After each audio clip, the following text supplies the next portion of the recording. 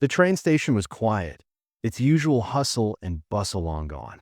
The sun was dipping below the horizon, casting long shadows across the platform. The only sound was the soft cry of a baby and the faint rustle of the woman holding her. She sat alone on a weathered bench, her face pale and drawn, as though she'd been waiting here for an eternity. Her eyes were wide and empty, staring into the distance, not seeing anything at all. The train had already departed, and there was no one else around. No luggage, no belongings, just her and the infant. The woman on the platform had no name. Ethan Brennan, a ranch hand returning from a cattle sale, pulled his wagon up to the station, the familiar creak of the horse-drawn cart breaking the silence. His tired eyes fell on the woman as he stepped down. At first, he thought she was just another traveler, but something about her stillness caught his attention. She was sitting too still, her eyes fixed in a distant stare, her body rigid. The station master, a middle-aged man with a thick mustache, stood nearby, glancing at the woman with concern. "Ma'am, are you all right?" he asked gently, but the woman didn't respond. The station master looked up at Ethan, shaking his head. "She won't talk. Says she doesn't have a name anymore." He motioned toward the baby, whose crying had grown louder. "The baby's been crying for hours, and she just sits there." Ethan took a few steps toward her, his boots crunching on the gravel. He didn't know why, but something about the woman felt wrong, like she was more than just a lost traveler. She was more like someone who had been broken and left behind. "Ma'am," Ethan said softly, kneeling in front of her. She didn't look at him, her gaze fixed on nothing. "You all right?" She finally turned her head, her eyes locking onto his. There was something wild in them, a frantic desperation that chilled him. Her voice was barely a whisper. "Please don't let them take her." Ethan's heart clenched, but before he could ask anything else, the woman's lips trembled and she broke down in sobs. The baby's cries seemed to mix with hers, filling the air with an unbearable sadness. The station master was at a loss. She just keeps saying the same thing. "Don't let them take her." The words lingered in the air, unanswered, as Ethan slowly stood up. He knew something had to be done, but he didn't know what. The woman was in no shape to explain herself, and her fear, whatever it was hanging over her like a dark cloud. "Come on," Ethan said gently. "Let me take you somewhere safe." He helped her up, though she was shaky on her feet. She barely seemed to notice him, her attention still fixed on the baby, whose cries had begun to subside. Ethan, always the protector, made a decision. He knew he couldn't just leave her here. As he guided her toward his wagon, he called to the station master, "I'll take her with me. She's in no shape to stay here." The man nodded, though his brow was furrowed in confusion. "I hope you know what you're doing, Ethan. She's not talking, and whoever she's running from, she's running hard." Ethan didn't answer him. Instead, he helped the woman into the wagon, settling her gently beside the crying baby. She didn't say a word, just stared ahead, as though the world around her no longer existed. "Don't worry," Ethan said, though he wasn't sure if he was trying to reassure her or himself. "You're safe now. You'll be all right." With the woman and baby settled, he flicked the reins, and the wagon jolted forward, leaving the empty station behind. As the sun set and the first stars began to appear in the sky, Ethan couldn't shake the feeling that this was only the beginning of something far bigger than either of them understood. The journey to his ranch would be long, but it was the least he could do. He wasn't sure what he'd gotten himself into, but he knew one thing for sure. He couldn't leave her behind, not when she needed him most. The first morning at Ethan's ranch was quiet, with only the faint chirp of birds and the rustling of wind through the trees breaking the silence. Ethan awoke to the strange sound of a baby crying, but as he walked into the living room, he found the woman, now called Julia, sitting in the corner, holding Ava, her exhausted eyes red from the sleepless night. "You don't have to be quiet here," Ethan said softly, trying to comfort her. Julia offered a faint smile, but it was clear she was struggling. I'll fix things around here. In exchange for shelter, she said, her voice distant, as if the weight of everything was still pressing on her. Ethan nodded, though he wasn't sure what he could offer. As the day wore on, Julia proved herself to be more than capable. She cleaned, cooked, mended the old clothes, and even started a small garden. Ethan, surprised by her skills, couldn't help but ask, "What should I call you?" She paused for a long moment, her eyes flickering with pain before answering. "Call me Julia. It's simple, clean. It's all I have left." He nodded and gave her his last name, Julia Brennan, though it was just a name to shield her from the world outside, to give her a sense of normalcy. A few days later, they ventured into town to get supplies. Julia was hesitant, her eyes darting nervously as she walked into the general store. Mrs. Patterson, the storekeeper, was curious and asked questions that Ethan quickly deflected with a new story. "Julia's my late wife's cousin, recently widowed." The lie felt uncomfortable, but it seemed to keep people from asking further. Pastor Jameson, a kind man, greeted them as they left the store and invited them to church. But Julia was too fearful to accept. "I'm not sure I'm welcome in churches anymore," she muttered. At home, things settled into a new rhythm. Julia became a part of the everyday life of the ranch. She took over the chicken coop, began planting vegetables, and even repaired some of the broken fences. Ethan noticed that she had a certain competence, a quiet strength that he admired, but he couldn't help wondering if she was running from something or someone. One evening, as the two of them sat in the living room with Ava between them, Ethan broke the silence. "I need to know if there's danger. Are you safe here?" Julia froze, her eyes filling with terror, before she whispered, "I trusted the wrong man. When I got pregnant, his family gave me a choice: disappear or lose my baby." Her voice cracked as she told him how she was forced onto the train with nothing but $50, threatened if she ever returned or spoke his name. "They said they'd prove I'm unfit. Take her from me forever." Ethan didn't know what to say. The weight of her words hung in the air, and for the first time, he realized just how deep her fear ran. The shadows of her past weren't going to let her go so easily, and though he had no idea what she was truly running from, one thing was clear: she had nowhere else to turn, and maybe, just maybe, he was the only one who could keep her, and Ava, safe. The days that followed were a blur of new routines and unspoken tensions. Julia, now fully integrated into the rhythms of the ranch, continued to astonish Ethan with her abilities. Whether it was mending his torn shirts or perfecting her skills with the garden, she proved to be an invaluable partner, though Ethan still couldn't shake the feeling that there was something buried deep within her, a secret too painful to share. Yet for the first time in a long while, the house felt alive again. The silence that had plagued him since his wife's death was slowly being filled with soft laughter, the faint sound of Ava's babbling, and the quiet hum of daily life.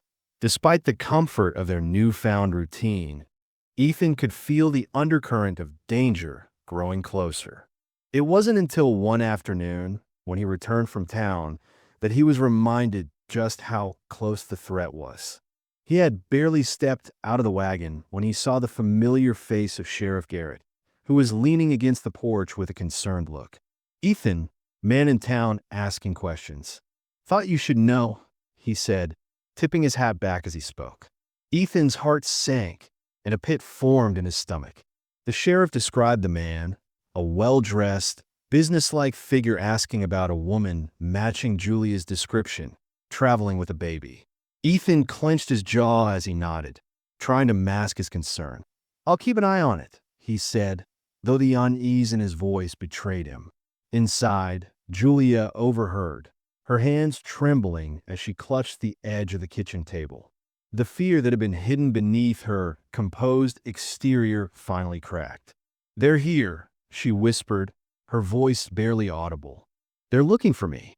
Julia sank into a chair, her face pale, and the baby, who had been sleeping soundly in the corner, began to stir, sensing the change in the room. "It's them, isn't it?" she asked, her voice breaking. Ethan's gut tightened. He walked over to her, kneeling down beside her chair. "Who's after you, Julia?" he asked softly, though he already had an idea. Julia broke down then, her voice thick with emotion as she spilled the truth. She told him about the man who had once promised her marriage, Frederick Hartwell, the son of a wealthy railroad magnate. She explained how his powerful family had used their wealth to silence her, to keep her hidden away when she got pregnant, threatening her with dire consequences if she ever spoke of their relationship. "They didn't care about me. They wanted to control everything," Julia said, her voice shaking. "They forced me out of my job, paid off my employer to keep quiet, and told me that if I ever returned or spoke his name, they'd take Ava from me. They told me I'd never be a fit mother. They said I was nothing." Ethan felt a surge of protective rage flood through him. The idea that anyone, especially a mother, could be treated with such cruelty made his blood boil. "What do they want with you?" he asked, though he already knew. "They want to silence me, to make sure I'm never a threat to them again. They don't care about Ava.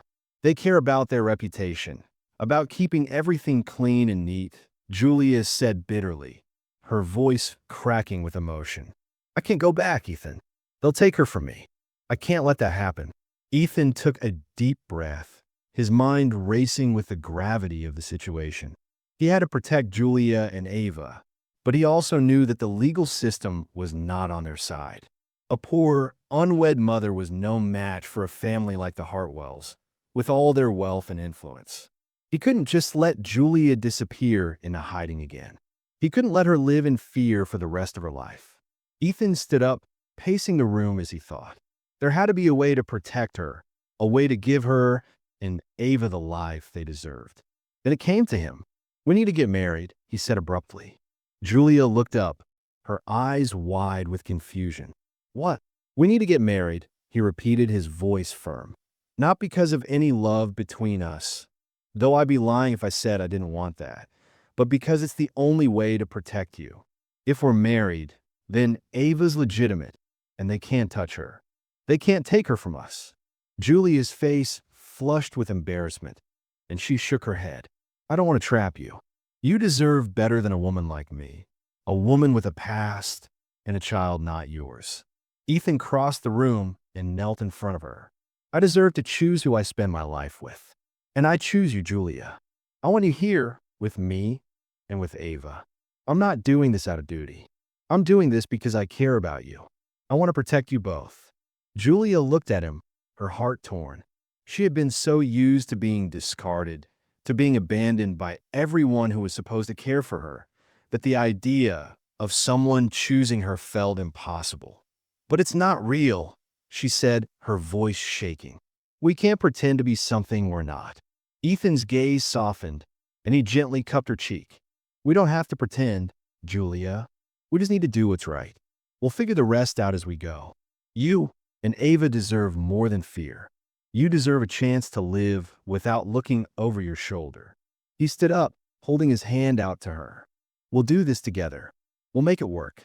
Julia hesitated, her heart heavy with doubt. But the look in Ethan's eyes, the sincerity in his words, made her feel something she hadn't felt in so long: hope. She took his hand. "Okay," she whispered. "Let's do it. Let's get married." The decision was made. They would marry, not out of love, but out of necessity, out of protection. But as Ethan looked at Julia, he couldn't help but feel that maybe, just maybe, this could be the beginning of something more than he ever expected. The first warning came on a crisp morning when Ethan was in the barn, tending to the horses. Sheriff Garrett rode up to the ranch, his face serious, his horse trotting slowly behind him. "Ethan, there's a man in town asking questions. Thought you might want to know," the sheriff said as he dismounted, his boots hitting the dirt with a soft thud. Ethan felt a cold knot form in his stomach. "What kind of questions?" he asked, trying to keep his voice steady. The sheriff glanced over his shoulder, as though making sure no one could hear. "He's asking about a woman. Says he's looking for a woman traveling with a baby. Matches Julia's description. Wants to know where she went after she arrived in town. Ethan's heart skipped a beat. He clenched his fists at his sides, his mind racing with panic. He had known this day would come, but now that it was here, it felt like a storm was barreling toward them.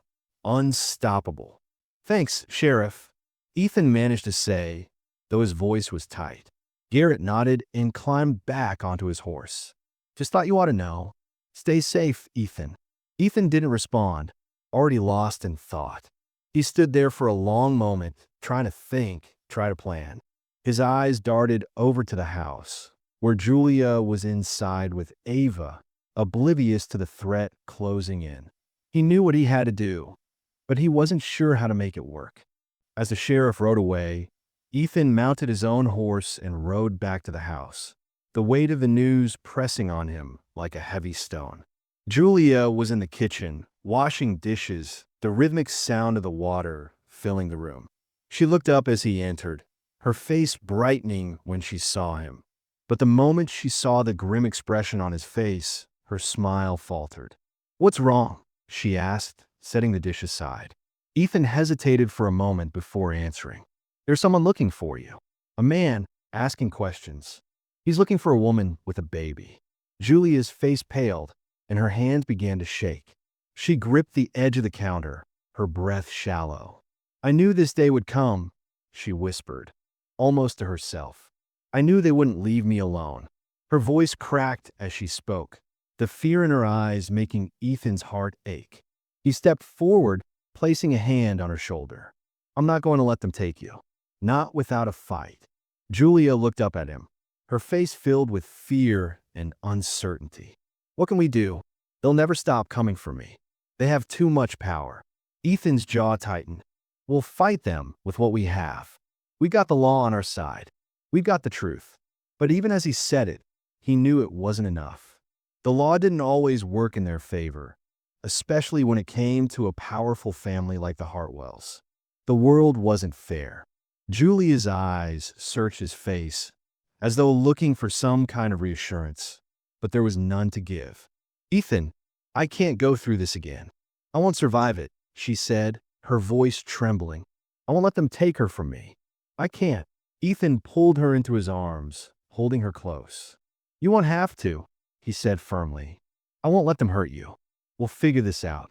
Together." The determination in his voice gave Julia a little comfort, but the fear still lingered in her chest. How much longer could they keep running? How much longer could they pretend that everything was okay? That night, after dinner, Ethan and Julia sat together in the living room. The baby was asleep in her cradle, and the house felt peaceful for the first time in days. But the tension between them was palpable, each of them knowing that something big was coming, something they couldn't avoid. Ethan couldn't shake the feeling that the storm was closing in, and no matter how hard they tried to outrun it, it would find them. The next day, the danger arrived in the form of a well-dressed stranger, his polished shoes clicking against the wooden floors of the porch as he knocked on the door. Julia froze when she heard the knock, her heart pounding in her chest. Ethan, sensing her fear, walked to the door and opened it, standing tall in the doorway, blocking the stranger's view of the house. The man looked him up and down, his eyes cold and calculating. "You must be Ethan Brennan," the man said, his voice smooth but with an edge of authority. "I'm looking for a woman who came through this town a few months ago, traveling with a baby. She matches the description of a woman I've been searching for." Ethan's heart raced, but he didn't show it. "I don't know what you're talking about," he said, his voice calm, though his mind was already working on a plan. "This is my home. I don't have any information for you." The stranger's eyes narrowed. "I understand you're married, Mr. Brennan, but I also understand that your marriage records show that you weren't married until recently." The man's words hit Ethan like a punch to the gut. He knew where this was going. The stranger was trying to catch him in a lie, try to get him to slip up. "My wife's name is Julia Brennan. That's all you need to know," Ethan said firmly, standing his ground. The stranger wasn't deterred. "I'm authorized by the Hartwell family to recover their grandchild. They believe that the child is being unlawfully kept from them, and I have the documentation to prove it." Ethan's blood ran cold at the mention of the Hartwells. The man wasn't lying. He had the power, the resources, and the money to make this fight much harder than it already was. But Ethan wasn't about to back down. "That's my daughter, and you have no right to take her," Ethan said, his voice low but full of conviction. The stranger looked at him, his expression unreadable. "You're sure about that, Mr. Brennan?" he asked, almost taunting. Ethan didn't flinch. "I'm sure," he said, his voice steady. The stranger paused for a moment, as if considering his next move, before he finally spoke. "I'll be back. The Hartwells will take this to court if necessary." With that, he turned and walked away, his footsteps echoing in the stillness of the ranch. Ethan stood in the doorway, his chest tight, his mind racing.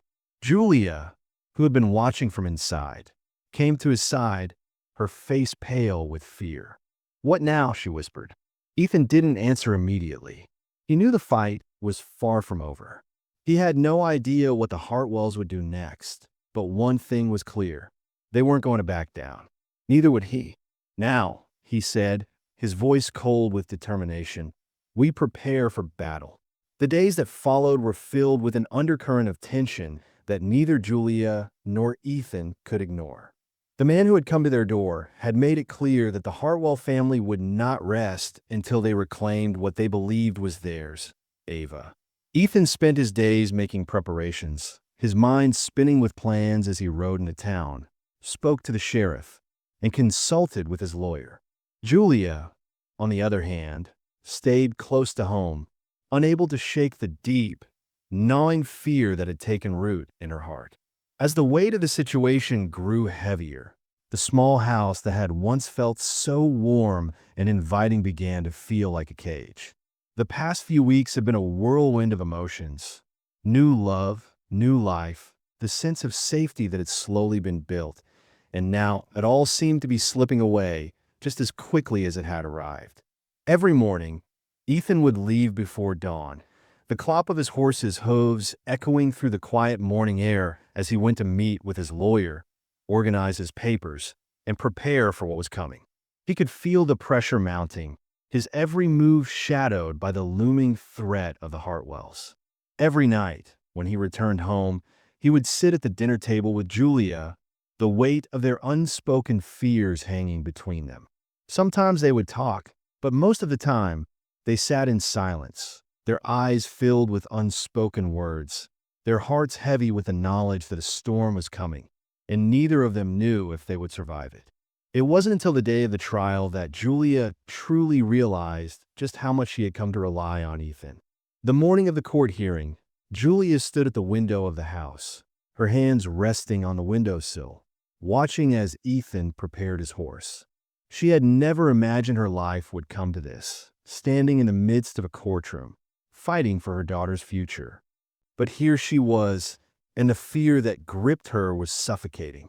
It wasn't just about the Hartwells anymore. It was about everything she had come to care for, the life she had built with Ethan, the love she had found in his arms, the small family they had created. She couldn't lose them.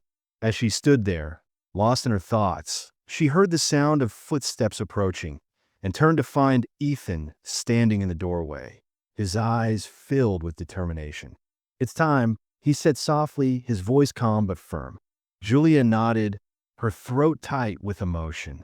She hadn't known what to expect when they set out on this path together, but as she looked into Ethan's eyes, she knew one thing for certain. He wasn't going to let her go without a fight. She wasn't alone anymore. They were in this together, and no matter what happened in that courtroom, she knew that Ethan would stand by her side. They rode into town together, the wind biting at their faces as they made their way to the courthouse. The small, dusty town was alive with a hum of gossip and whispers, the air thick with anticipation. The courthouse stood like a looming figure in the center of town, its stone walls casting long shadows across the street. As they dismounted in front of the building, Julia's heart pounded in her chest. The moment they stepped inside, they were met with the cold gaze of the Hartwell's lawyer, a well-dressed man who looked every bit the part of a ruthless, calculating strategist. He didn't even acknowledge their presence as they entered, his eyes fixed on the judge as he prepared for the trial to begin. Ethan stood tall, his back straight, his face set in a mask of calm resolve. Julia, though, felt as though the walls were closing in around her. She couldn't breathe, couldn't think. All she could hear was the pounding of her own heartbeat, the sound growing louder and louder as they took their seats. The trial began, and the lawyer for the Hartwell family wasted no time in painting Julia as a manipulative, deceitful woman who had trapped their son into an unwanted relationship, a woman who had used her pregnancy to coerce him into abandoning his future. He argued that Julia was unfit to raise Ava, painting a picture of a woman who had taken their family's child from them, without any consideration for what was best for the child. The accusations felt like daggers, each one aimed directly at Julia's heart. She sat in the witness stand, her hands trembling as she tried to keep her composure. She had never been good at defending herself, never been good at standing up for what was hers. But this time, she couldn't back down. She had to fight for Ava, for Ethan, for the family they had built together. When it was her turn to speak, Julia took a deep breath and stood, her legs shaking beneath her. She felt as though she were walking to her execution. The courtroom was silent as she made her way to the witness stand, the eyes of the entire room on her. She was prepared for the questions, for the cruel cross-examination, but nothing could have prepared her for the weight of the moment. She could feel the eyes of the jury on her, feel the tension in the air. She could feel the judge's gaze on her, his face impassive, though she could sense the judgment in his eyes. She took a deep breath before speaking, her voice wavering at first, but growing stronger as she went on. "I never wanted any of this," she said, her voice thick with emotion. "I never wanted to be a part of the Hartwell's world. I never wanted to be a burden to anyone. I just wanted a chance to live, to have a family, to raise my daughter in a place where she would be loved." She paused, swallowing a lump in her throat. "I trusted the wrong man. I believed in someone who promised me everything and then abandoned me when I needed him most. I was left with nothing but my daughter, and all I wanted was to keep her safe. The Hartwells, they want her because they think they can control her. But she's my daughter, and I've raised her with love. I would never let anyone take her from me." As Julia spoke, she could feel the weight of the room's gaze upon her, but she refused to look away. She could see the faces of the jury, their expressions a mixture of sympathy and disbelief. She could see the Hartwell lawyer sneering at her from the other side of the room, his eyes cold and calculating. But none of that mattered. What mattered was that she had to stand up for herself, for Ava, for her family. The cross-examination came next, and Julia braced herself. The Hartwell lawyer came at her with all the fury of a man who was used to winning at any cost. He asked her about her past, about her relationship with Frederick Hartwell, about the lies she had told, about the choices she had made. Every question was a blow, but Julia held her ground. She answered honestly, no matter how much it hurt. She knew she had to. Ethan watched from the gallery, his fists clenched at his sides as he listened to the questions and the accusations. He could feel his anger rising, but he didn't speak, didn't move. He knew Julia was strong, that she could handle this. She had to. When the questioning ended, the courtroom fell silent. Julia had done her best, but she wasn't sure it was enough. As the Hartwell lawyer made his final statement, Julia's heart sank. He painted her as a liar, as someone who would stop at nothing to keep their family's fortune, to take what wasn't hers. The weight of the accusations was unbearable, but Julia knew she couldn't let it break her. She had to keep fighting. The judge took his time, deliberating for what felt like an eternity before finally speaking. "I've heard enough," he said, his voice steady. "I find no evidence that Ava Brennan is in any danger, and I see no reason to remove her from her mother's care. The child remains with Mr. and Mrs. Brennan. Case dismissed." A wave of relief washed over Julia. and she could barely contain the tears that sprang to her eyes. She had won. They had won. Ava was safe. As they left the courthouse, Julia was overwhelmed with emotion. Ethan took her hand, and she looked up at him, her heart full. "We did it," she whispered, her voice full of awe. Ethan smiled, his eyes soft. "We did it together." As they walked out into the bright sunlight, Julia felt a sense of freedom she hadn't known in years. The fight was over, and they had won. A year had passed since that fateful day in the courthouse, and life had blossomed in ways Julia had never imagined. The ranch, once a place of solitude and sorrow for Ethan, had transformed into a vibrant home. The mornings were filled with the soft clink of dishes, the laughter of a child, and a steady rhythm of work that now felt like a joy rather than a chore. Julia had settled into her new life with grace, her confidence growing with each passing day. She had become an integral part of the community, not just as Ethan's wife, but as a woman in her own right, a strong, capable, and respected member of the town. The days of hiding, of running from her past, were behind her. She no longer had to look over her shoulder, waiting for the Hartwells to show up, threatening to take her daughter from her. Now, there was only peace. Ethan stood on the porch of their home one bright spring morning, watching as Julia knelt in the garden, teaching Ava how to pick wildflowers. The sight was a beautiful one. Ava, now 15 months old, waddling through the grass, her small hands reaching for the bright blooms. Julia's belly was rounded with their second child, and Ethan felt a swell of pride in his chest.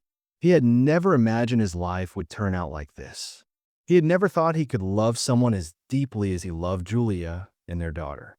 He had never thought he could find such peace after so many years of grief and loss. But here they were, together, happy and stronger than ever.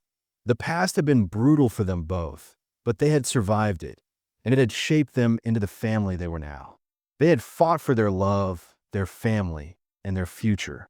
As he watched Julia and Ava in the garden, Ethan couldn't help but feel a profound sense of gratitude.